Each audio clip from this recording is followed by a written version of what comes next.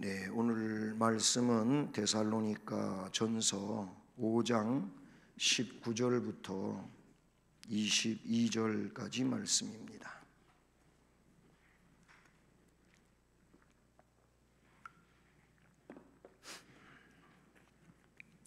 데살로니가 전서 5장 19절부터 22절까지 우리 같이 봉독하시겠습니다.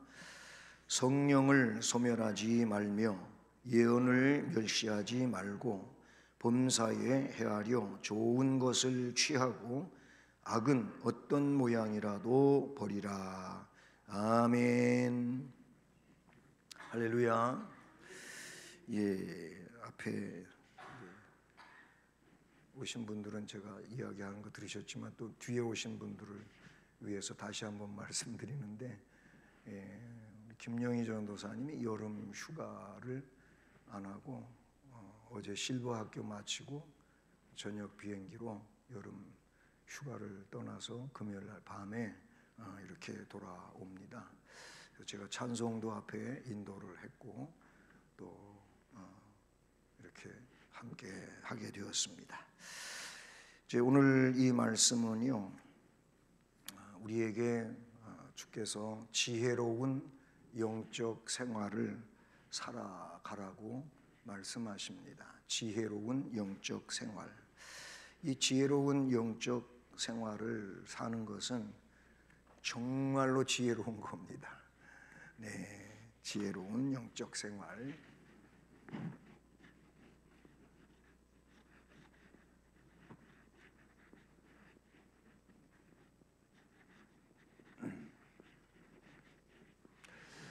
네, 우리가 예수를 믿기 시작한 때로부터 이제 예수를 믿으면서 세상을 살고 결국 그렇게 예수를 믿다가 이제 죽음에 이르게 되잖아요.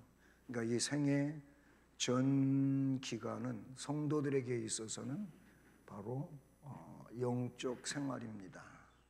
영적인 생활을 사는 거예요. 성도가 되어서도 이 영적인 생활을 살지를 못하면 결국은 우리는 영과 육 두 가지로 그렇게 창조되어져 있잖아요. 그러니까 이 영적 생활을 잘 못 살 때에는 결국 무슨 생활을 사냐면 육적인 생활을 산다 그 말이에요. 언젠가도 말씀을 드렸지만 사람을 세 종류로 분류를 한다고 그랬어요. 세 종류인데 그 세 종류가 뭐냐면은 자연인적 삶이 있어요. 자연인. 그러니까 이 사람은 누구냐면 예수를 전혀 모르는, 예수님을 못 만난 사람이에요. 그건 자연인인데 이것은 다르게 이야기하면 세상 사람이라고 보시면 돼요. 근데 그 자연인 말고 영적인 사람이 있고 육적인 사람이 또 있어요. 그러니까 이건 예수를 믿기는 둘 다 예수 믿는 사람이 하나님을 섬기는 사람이라고 할 수 있는데 어디에 더 중심을 두고 있느냐에 따라 가지고 영적이냐 육적이냐 이렇게 분리를 할 수가 있는 거예요. 그래서 영에 속한 사람과 육에 속한 사람이 있어요. 영에 속한 사람은 영적인 사람이라 그러고 육에 속한 사람은 육적인 사람이라 그래요. 그러면 영에 속한 사람은 성령 하나님의 그 역사와 인도하심을 따라서 그 삶을 더 충실하게 살아가려고 정말 몸부림을 치는 거지요. 그런데 육에 속한 사람은 이 영적인 일보다는 자꾸 육에 속한데 너무나도 많은 마음을 빼앗겨요. 마음을 빼앗긴다는 말이죠. 성화가 된다고 하는 것은 바로 이 육적인 것에서 영적인 것으로의 전환을 시켜가는 게 성화예요. 성화가 뭐예요? 거룩하게 변화되는 거잖아요. 어려서부터 신앙생활을 한 사람도 마찬가지예요. 그런데 이제 성인이 돼가지고 예를 들어 40대든 50대든 어느 날 갑자기 주님을 만나고 이제 복음을 접하게 돼서 예수 믿는 사람하고는 어릴 때부터 예수 믿는 사람하고는 좀 차이는 있어요. 성인이 돼가지고 예수를 믿기 시작하면은 이 육적인 내용에 많은 경험이 있고 거기에 어떻게 해요? 이렇게 잠식돼 있어요. 육적, 이 세상적인 게 그를 지배하고 있다 그 말이에요. 그렇게 지배하고 있기 때문에 이거를 벗고 자꾸 거룩하게 변화되어 가는데 정말 많은 노력이 필요하겠죠. 물론 성령께서 그를 역사하시고 감동시키시고 깨닫게 하시고 절제시켜 주시고 그렇게 함으로 되어지는 일이면서도 자신이 그렇게 습관적으로 해왔던 일들이 있잖아요. 너무 좋아서 해왔던 일들도 있잖아요. 그런 것들을 하나하나 자기에게 입혀져 있는 그 옷을 벗어놓는 게 시간이 걸리는 거예요. 힘이 든 거예요. 중요한 거는 육적인 일에 관심이 많으면 육에 속한 사람이고 영적인 일에 관심이 많으면 영에 속한 사람으로 이렇게 변화되어 가는 거예요. 성도의 삶은 이렇게 지혜롭게 영적인 생활을 살아가는데 노력이 필요해요. 그래서 뭐가 있어야 되냐면 지혜가 있어야 됩니다. 이 지혜는 어디에서 오는 거냐면 하나님 은혜 안에서 오는 거예요. 말씀 안에서 오기도 하고 성령의 역사하심 속에서 일어나는 거예요. 왜냐하면 성령은 지혜의 영이고 진리의 영이시니까 그러는 것이죠. 여러분, 오늘 이 시대에는 더더욱 지혜롭게 살 필요가 있어요. 하나님 백성으로 지혜롭게 살 필요가 더 커졌다. 왜 그렇게 말하냐면은 주님께서도 말했잖아요. 말세에는 악해진다 그랬어요. 악이 관영하고 악이 지배하고 점점 더 악해져 가지고 악으로 가득 차는 이런 세상이 되니까 그런 악한 세상 속에서 바로 영적인 생활을 살아가려면은 그게 우리의 지식 가지고 되는 게 아니에요. 만약에 우리가 배운 지식 가지고 되는 거라면은 세상에 똑똑한 사람은 다 영적으로 올바로 살 수 있을 거예요. 그런데 그것 가지고 되는 게 아니거든요. 뭐 박사학위가 몇 개씩 있다고 해서 영적인 생활을 잘 사느냐? 오히려 잘못 살 수 있는 확률이 많아요. 자기가 가지고 있는 지식을 가지고 교만에 빠져서 오히려 뭐 이건 이거고 저건 저거고 이래가면서 영적 일로 살지 않고 자기의 이성 중심으로 살아가는 거예요. 예? 그래서 그 이어령 이제 문화부 장관이었던 분 돌아가셨잖아요. 돌아가셨는데 이분도 이제 뒤늦게 주님을 만났죠. 주님을 만났어요. 근데 그분은 자기가 누구라고 표현을 했냐면은 예수님 만나기 전에 자기가 누구라고 그랬냐면 지성인이라고 그랬어요. 지성인. 예.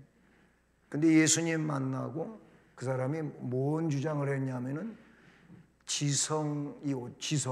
지성에서 영성으로 자기가 영성인이 됐다고 그렇게 말했어요. 그러니까 지성에서 영성으로 자기가 바뀌어졌다고 그렇게 말을 했어요.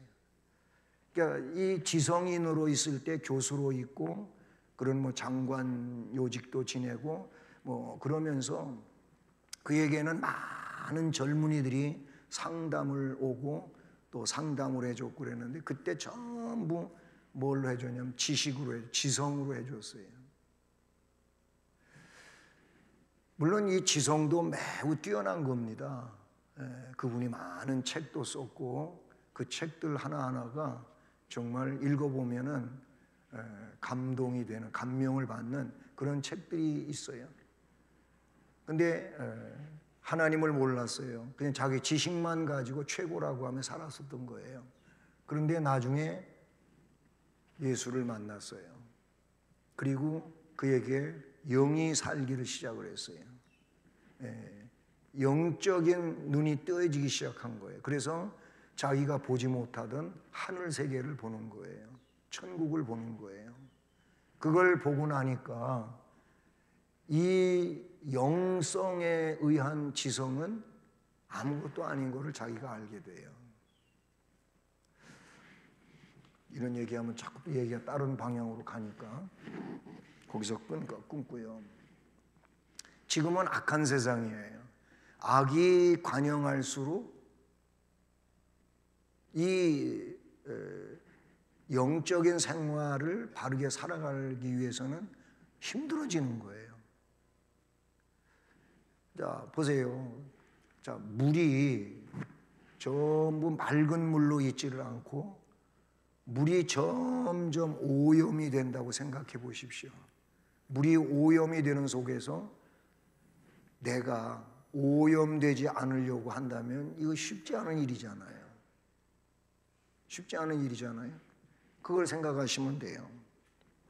오늘날은요, 일반적으로도 지진, 전쟁, 마약, 이 백색 공포라고 하는 게 그게 참 무서운 거 아니겠어요? 우리 예수 믿는 잘 믿는 사람하고는 아무 상관도 없는 일이지만은 멀쩡한 사람들이 정말 그런 짓 안 해도 될 사람들이 왜 그거에 연루돼 가지고 그런지 모르겠어요.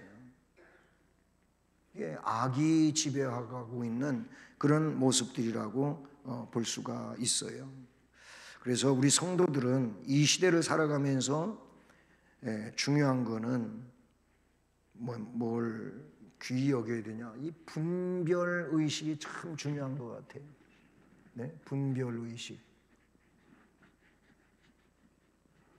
그래서 아주 오래전 책이지만 영분별이라고 하는 워치만이라고 하는 분의 책도 있어요.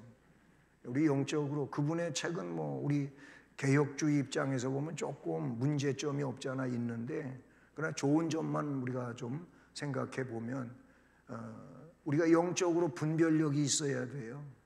어떤 내용을 가지고도 이게 분별이 되면 그거 대처하는데 아무 문제가 없는데, 분별이 안 되니까 그것도 그냥 좋은 것 같은 거죠. 딱 분별을 해보면 이거는 성경하고 다른 거, 이거는 말씀에 안 맞는 거, 아니면 기독교 노선에 틀린 거, 이렇게 되는데 이 분별 의식이 없으니까 그냥 좋은 거에 그것도 괜찮은데 이렇게 되는 거죠. 그래서 교회가, 성도가 받아들여야 할 문화가 있고 절대로 받아들여서는 안 되는 문화가 있어요. 근데 뭐 일반적으로 다 괜찮다고 하고 좋았다고 보이니까 성도들도 그냥 분별의식 없이 그냥 받아들이는 거예요. 그러면 그게 영적으로 이제 문제가 되어가기 시작하는 이런 상황이 되는 거죠. 자, 그래서 오늘 바울 사도는 첫째로 뭘 이야기하냐면은 은사를 귀중하게 여겨라, 이런 말을 하고 있어요. 예? 은사를 귀중하게 여겨라. 크게 두 가지로 볼 수가 있는데, 하나가 뭐냐면은 성령을 소멸하지 말라 그랬어요. 성령을 소멸하지 말라. 말씀에는 19절에 성령을 소멸하지 말며, 이게 한 절이죠. 짧죠, 그죠? 성령을 소멸하지 말며. 여기서 소멸, 이 소멸이라고 하는 말은 그 헬라어에서 스벤뉘미 이렇게 썼어요. 스벤뉘미. 이 소멸이라고 우리는 번역이 됐는데, 이 스벤뉘미는 끄다, 이제 끄다 또는 진화하다. 뭐 불을 끈다, 산불을 진화했다. 뭐 그때 쓰는 말이죠. 진화하다. 다른 말이 있다면은 억누르다.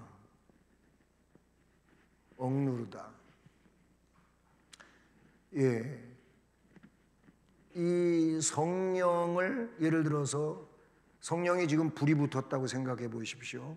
성령에 불이 붙었는데 그 성령의 불을 끈다. 또는 성령의 불이 타고 있는데 진화를 한다. 성령이 뭔가를 하려고 막 그냥 일어나고 있는데 그거를 억누른다. 그렇게 하지 말라는 거예요. 소멸하지 말며 이렇게 된 것은 바로 그런 의미라고 볼 수가 있는 것이죠. 교회는, 성도는요, 믿음 생활하면서 이 성령의 역사에 대한 데 대해서 굉장히 예민할 필요가 있어요. 예민해야 돼. 예민하지 못하면, 이 둔해버리면 이게 성령의 역사인지 아닌지 잘 분별이 안 되잖아. 아까 분별의식, 분별이 있어야 된다 그랬잖아요. 이게 분별이 돼야 돼. 그러면 언제 예민할 수 있냐 그런 거예요. 언제? 우리가 육체적으로도 어떨 때 예민해요? 내 신경이 전부 살아있을 때 예민한 거예요. 내 신경이, 이 신경 조직이 자꾸 어떻게 해요? 무뎌져가, 죽어간단 말이죠. 그렇게 되면은 느껴야 될 것들을 못 느끼는 거잖아요. 그러니까 영적으로도 내가 성령의 역사에 대하여 예민하면 감지가 되거잖아요. 감지가 된단 말이에요. 근데 그렇지 못한 건 영적으로 그 신경들이 어떻게 돼요? 감각을 잃어버린 상황에 있기 때문에 그렇게 되는 거 아니겠습니까? 그러면 안 된다. 그러니까 성령의 역사를 우리가 불타게 하려면 우리는 그 성령의 역사에 대한 것들을 잘 분별하는 성령에 대한 예민함이 있어야 된다. 이렇게 볼 수가 있는 것이죠. 그래서 오늘 그 19절 말씀을 문자 그대로 한다면 성령의 불을 끄는 일을 중지하라. 성령이 계속 불타게 하라. 이런 말인 거예요. 근데 앞에도 이제 환경적 얘기를 했잖아요. 오늘날 세상 이야기를 했잖아요. 우리가 성령의 불이 타고 있어야 되는데 그렇게 하지 못하게 하는 걸 우리 스스로가 하는데 자꾸 뭘 이야기하냐면 세상을 가지고 이야기를 하는 거예요. 뭐 시대가 이렇고 또 누가 이렇고 문제가 이렇고 그런 이야기를 하다가 보니까 내 안에서 성령께서 뭘 이렇게 저렇게 하라고 지시하시고 그렇게 감동하게 하고 느끼는데 그런 것들 때문에 제한을 시키는 거예요. 자꾸 제한을 시키는 거예요. 여러분의 영성이 있다면 영성 속에서 그 속에서 성령께서 하라고 하는 일을 거침없이 하십시오. 그런데 뭔 환경이 장애 요인이 돼갖고 그래서 안 된다 그러고 이래서 못한다 그러고 그러면 안 돼요. 그러면 그게 성령을 소멸하는 일이 되는 거예요. 그러면 그런 일이 자꾸 있다가 보면 성령께서는 더 이상 그에게 역사하지를 않아요. 그러면 누가 되는 거예요? 아까 뭐 지성 얘기도 하고 이성 얘기도 했는데 그 사람은 영성으로 사는 게 아니라 이성으로 살아가는 거예요. 그러니까 교회 생활하면서 이성적으로다가 뭘 따지고 말하고 그러는 사람들이 결국은 문제가 있어요. 문제가 되는 거예요. 교회 일은 이성으로 하는 게 아니에요. 뭘로 한다고요? 성령으로 하는 거예요. 영성으로 하는 거예요. 영성, 하나님 중심이 뭡니까? 주님 중심이 뭡니까? 그것은 하나님의 말씀이거나 아니면 그 능력이거나 그 역사들이라는 거예요. 그게 중심이 돼야 된다. 이렇게 볼 수가 있는 거죠. 성령 소멸하면 안 돼요.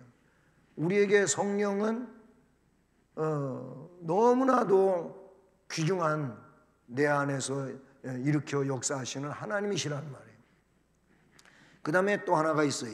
뭐라 그랬어요? 20절 말씀을 보니까 예언이 나와요. 이 예언을 여기에는 멸시라고 그랬어요. 멸시하지 말라. 예언을 멸시하지 말고 이렇게 됐잖아요. 바로 이 예언은 엑수데네오 그랬어요. 예? 엑수데네오.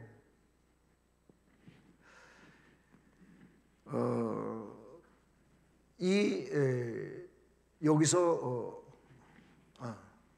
죄송합니다. 멸시라고 하는 단어가 그거는 거예요. 멸시는 엑수데네오 그랬는데 이 내용은 경멸적 태도, 멸시라고 하는 말이 엑수데네오인데 경멸적 태도이거나 아니면 또 무시하는 태도라든지 아니면 박대하는 태도를 말한다. 이 예언이라고 하는 것을 경멸하거나 무시하거나 박대하는 거, 이거 하지 말라는 거예요.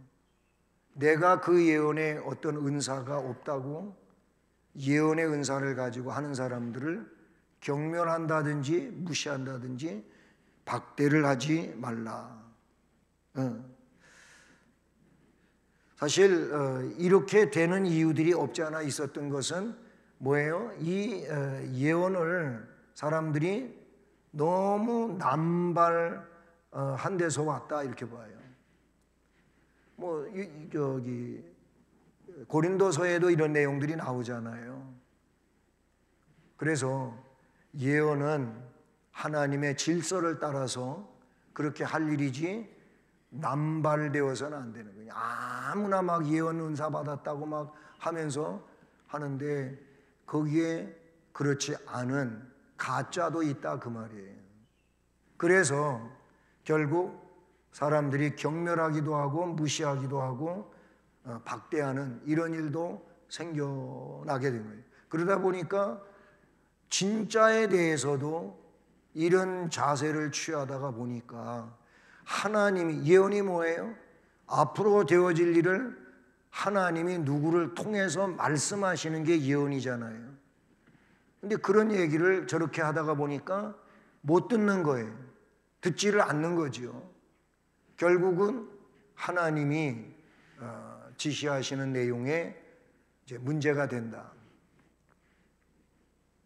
사실 이 예언이라고 하는 것은 성경이 이 66권이 정경으로 다 채택되어진 이후에는 하나님께서 직접적 예언을 누구에게 하신다, 이런 일을 사실은 인정을 잘 안 하는 그런 상황의 내용에 도달한 거죠.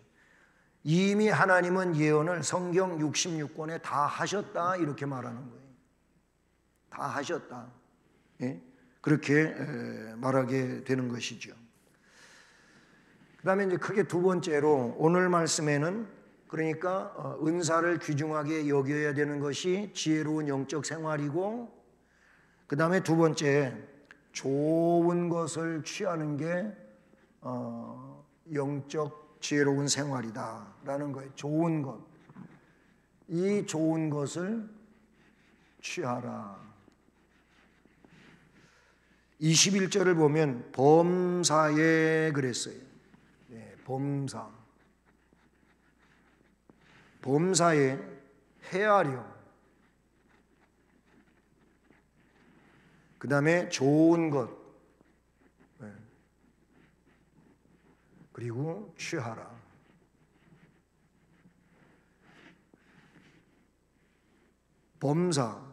범사는 파스라고 하는 단어를 썼어요. 근데 이 뜻은 뭐냐면은 모든이라고 보면 돼요.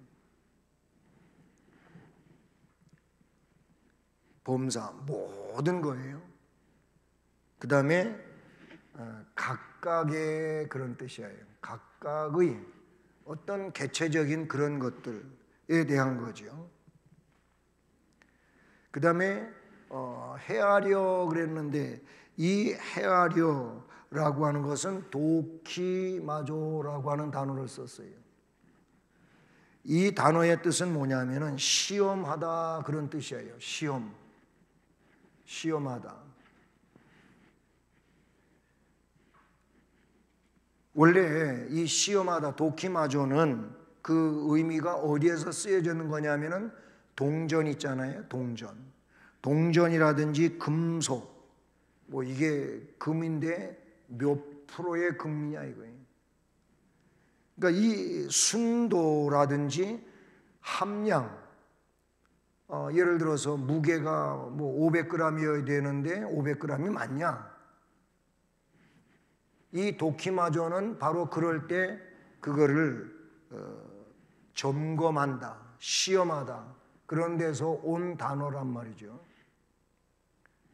그러니까 우리는 뭐예요? 모든 일에 있어 각각의 일에 있어서 헤아려야 되는데 어떻게 해서 헤아리냐? 테스트를 하라는 거예요. 테스트를 하라는 거예요. 점검을 해보라는 거예요. 그냥 무턱대고 막 받아들이고 안 된다고 하고 이건 뭐 틀렸다고 하고 그러지를 말고 도키마조 하라는 거예요. 시험을 하라, 점검을 하라, 해보라는 거예요. 남의 말만 듣고 틀렸다, 아 맞아 그 말이 맞다 이러지를 말라는 거예요. 예, 그렇게 하라는 거예요. 그 다음에 좋은 것에 대한 이야기가 나와 있어요. 칼로스라고 썼어요. 칼로스.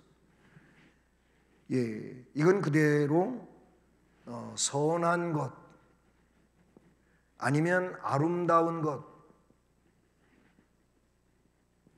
아니면 고상한 것.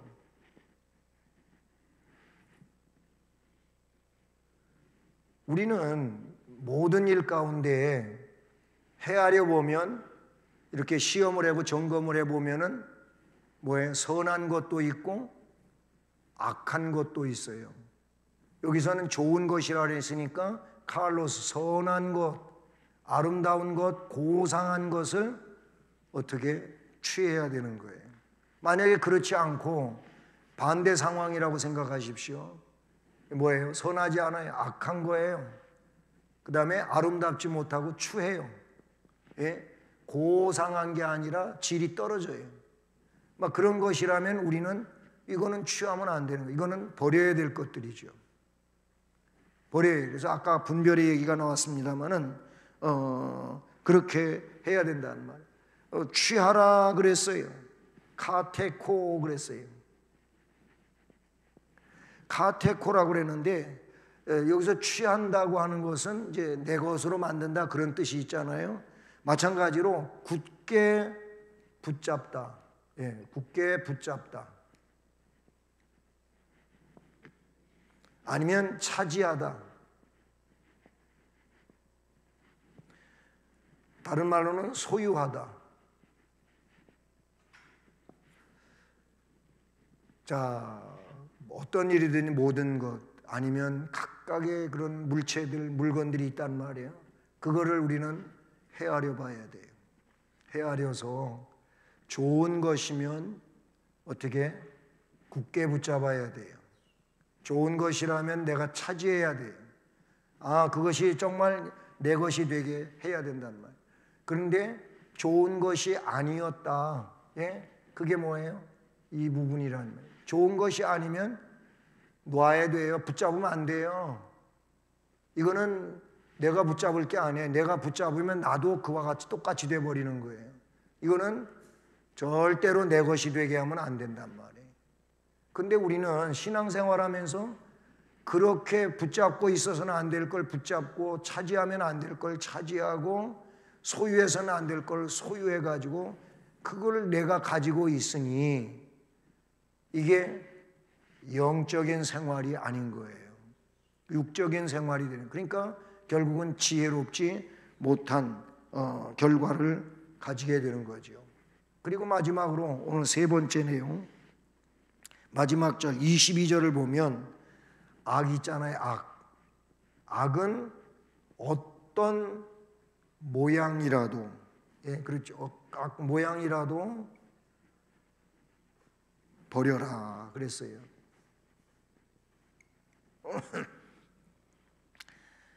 그전 성경은 여기서 어떤을 모든 이라고 썼었어요. 모든.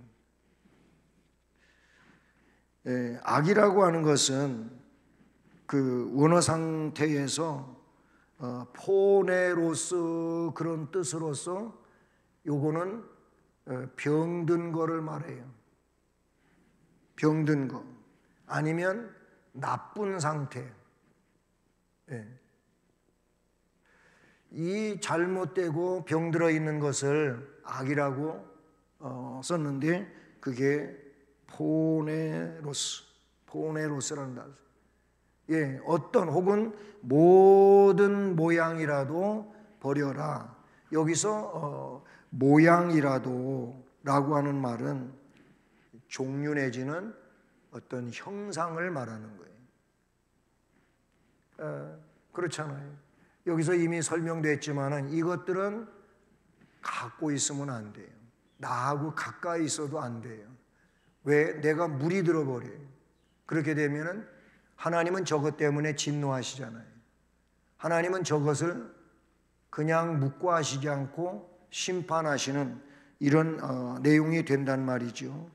그래서 악이라고 여겨진다면 그 어떤 것들과도 관계를 맺어서는 안 되는 거죠. 네?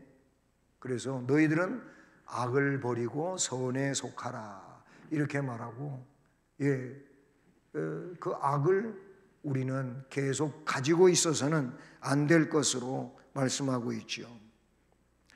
그러니까 오늘 이 시대에는 진리, 이 진리를 가장한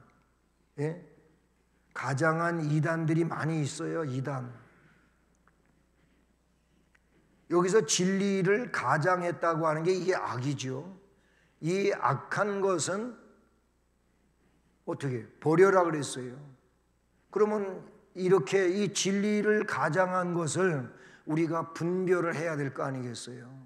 분별을 해야 이게 이단이구나 되잖아요.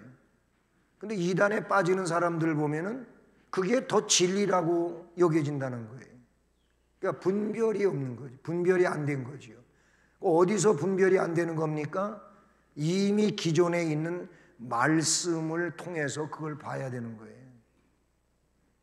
그들도 물론 말씀을 가지고 이야기를 하는데 말씀에 나오고 있는 이야기를 가지고 그렇게 설명을 하는데 이게 전통적인 거냐 아니냐를 보시면 된단 말이에요. 이단들은요 전통에 도전하는 거예요. 전통적인 거를 부정하고 자기 이야기를 더 신빙성 있게 하라고자 하는 거죠. 그래서 결국은 여기에 빠져 들어가는 거죠. 무엇보다도 이 시대에는 불의라고 하는 것이 있어요. 불의. 이 불의와 타협을 하면 안 돼요. 이런 내용 여기에 대해서 용납을 하지 말아야 된다 그 말이에요.